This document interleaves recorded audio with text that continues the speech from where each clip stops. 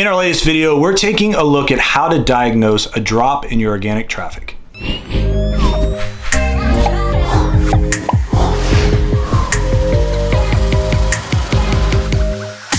Hey, thanks for checking out this video. If this is your first time watching, or maybe been watching a while and you have not yet, hit that subscribe button.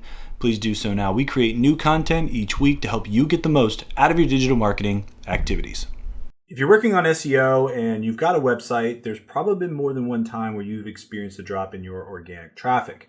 Now, understanding possibly why you've dropped is really important into how you can plan to recover from that existing drop. So we're going to talk a little bit about some things that can impact your website and cause it to drop or lose organic traffic, and what you can do about it to try to diagnose what's actually going on with your specific website.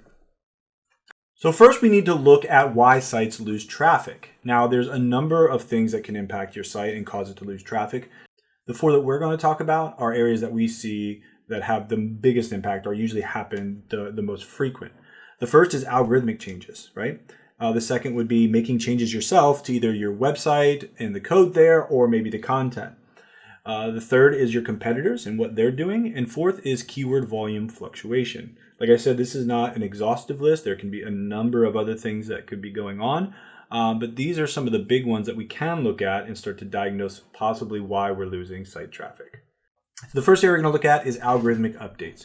Google is constantly making changes to its algorithms, trying to improve its search algorithm to deliver better results in the fewest amount of clicks. Now, these changes can have major impacts on your website. And there's all different kind of changes going on at all times.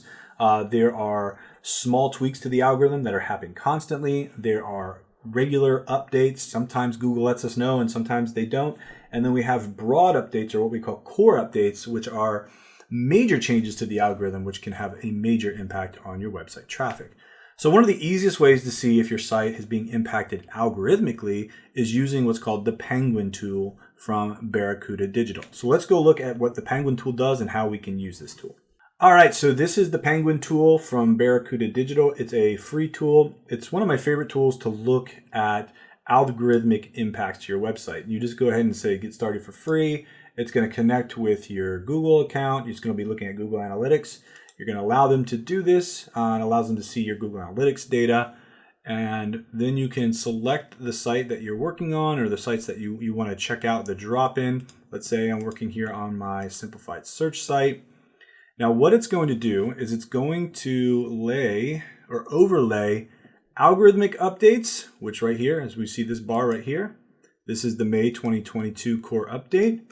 And it's going to lay it over our search data, or our search traffic data.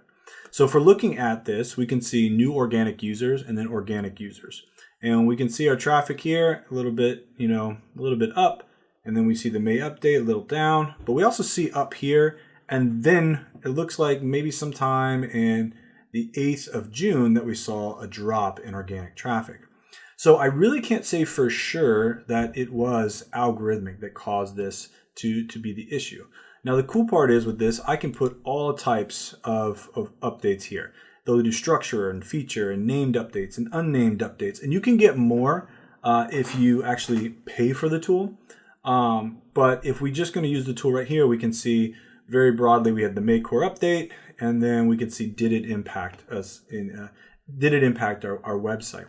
Now, you can actually go back here and select a little bit longer time. So let's say I want to do January into today, and then I'll hit go. And we can see here there's some other updates. So in February, we had the page experience update for desktop.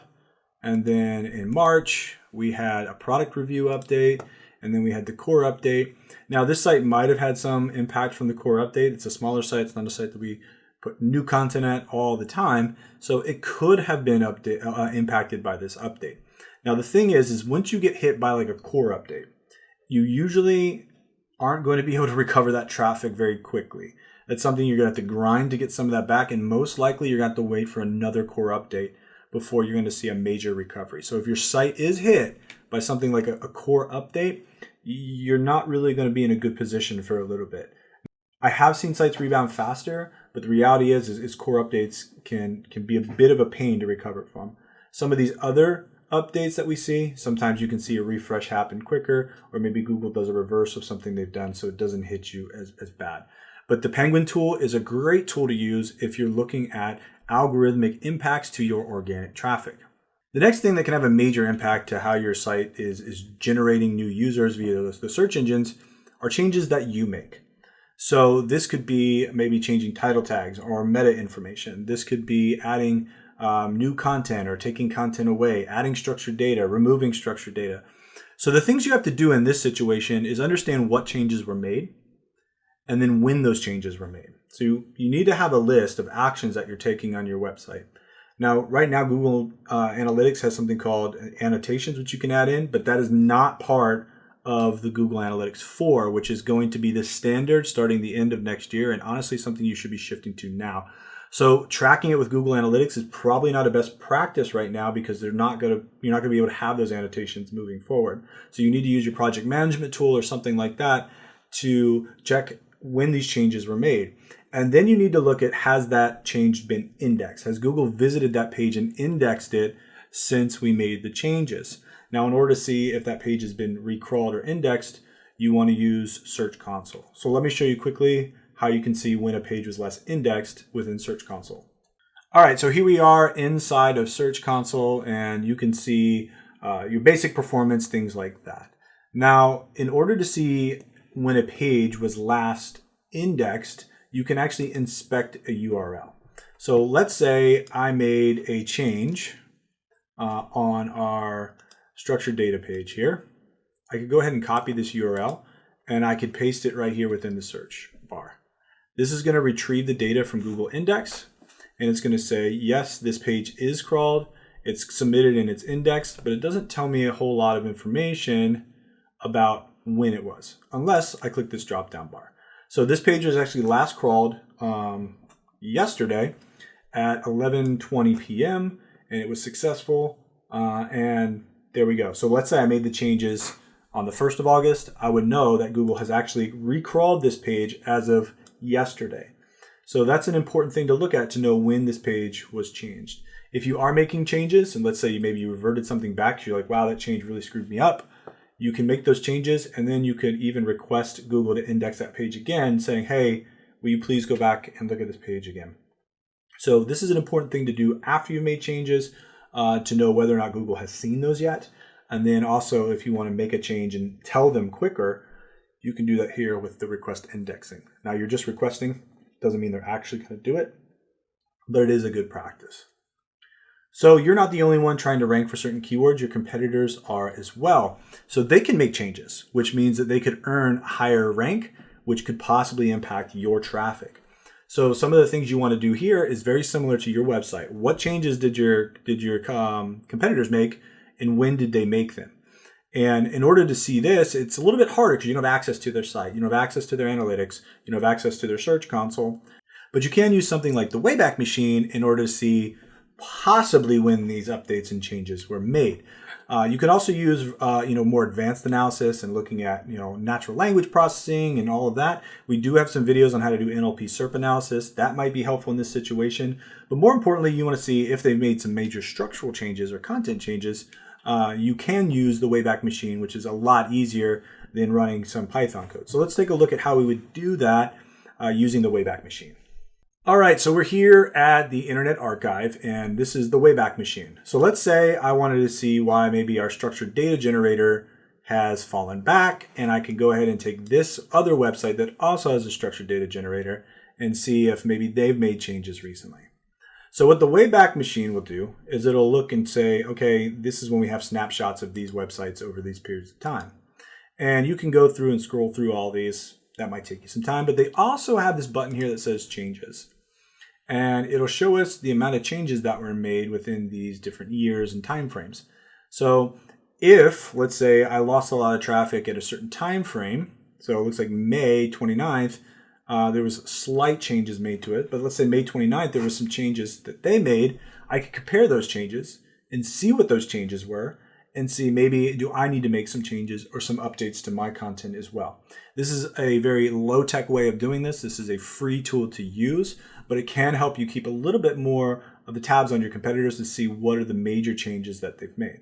So I did notice, remember in the Barracuda Digital, we were looking at the algorithm changes. There wasn't major traffic drops in May for my site, but there was some in June. So maybe this is something to explore, to look at my competitors here, see what they maybe added or took away, and see if I need to make additional changes to my page in order to help improve our visibility. So this is a great way to kind of spy on your competitors without actually having access to their data. The last area you're going to look at is keyword fluctuation. So understanding how much traffic a keyword could possibly bring to your website is very important. There's a lot of things that can impact the amount of traffic as well. Things like trends, user behavior, and seasonality. So let's take a little bit of a journey with keywords and a little bit of a better understanding of how keywords could possibly impact the traffic of our website. So staying with our theme of the simplified search site, we're going to look at the term structured data generator. Now, a lot of times we do keyword research. We do this very, very exact thing, right? We go to our keyword tool. In this case, we're using SEMrush. We put it in there and we go, okay, this one has 210 monthly search volume in the United States. Globally, it's got 1,300 estimated. Now, a lot of us will take that and we'll go, great, that's a potential of 210 visits, right? Which is actually not realistic because even if you're in position one, you're only going to get maybe 27 to 30% of the clicks. But that's kind of what we do in our head, right?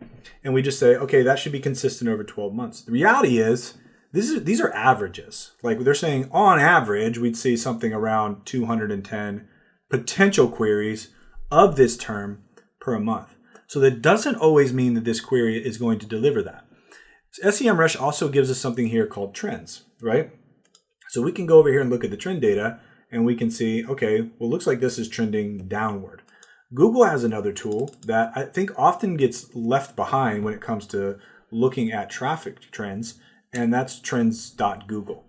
Now, what you can do with this tool is see how the world or people around the world, how are they looking for content and really where are their interests, because it's not traffic, it's more about interests around a specific topic or a term.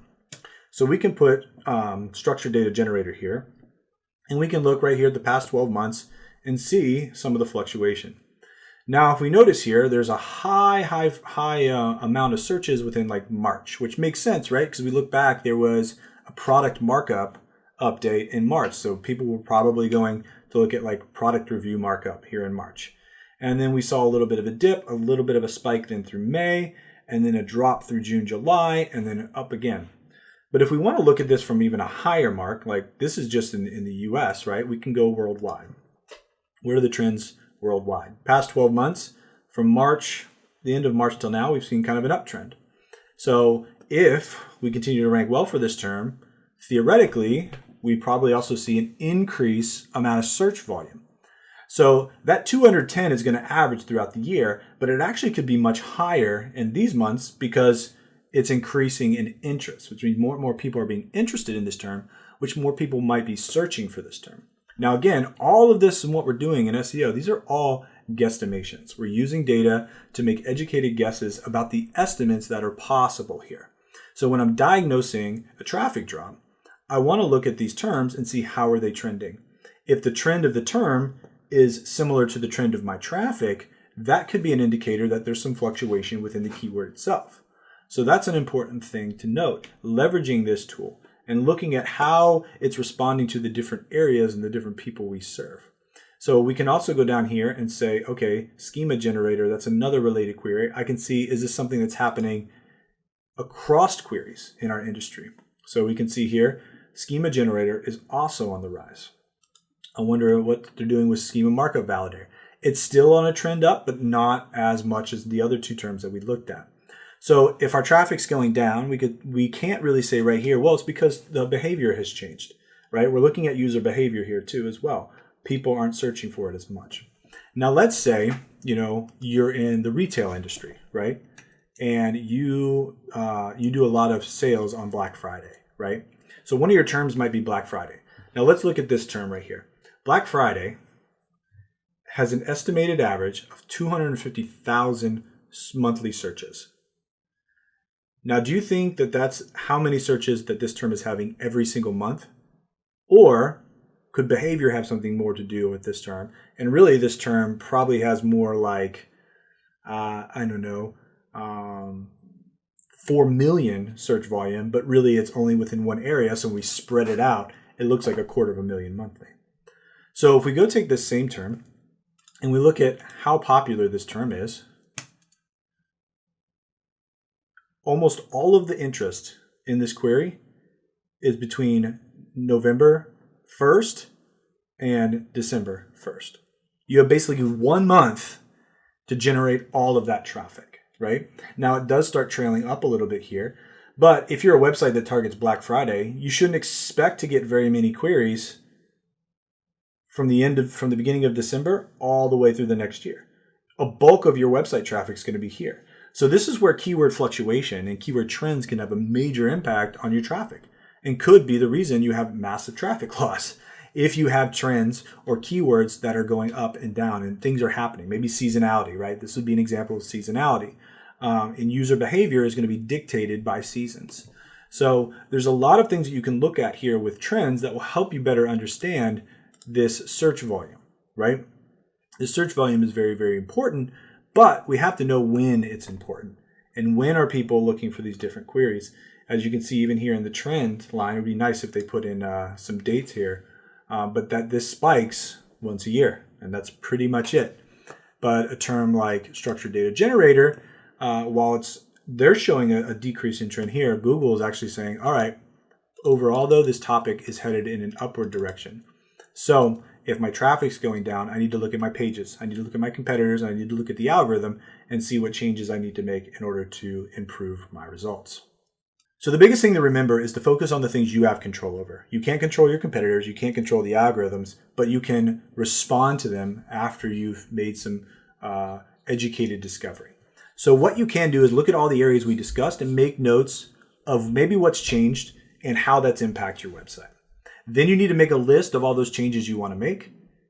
Then go back and start making the changes and track the impact. Make the adjustments and see, did that reverse the trends or not? There's a lot of things that can impact our websites. There's a lot of things that can impact the amount of traffic we get to our website.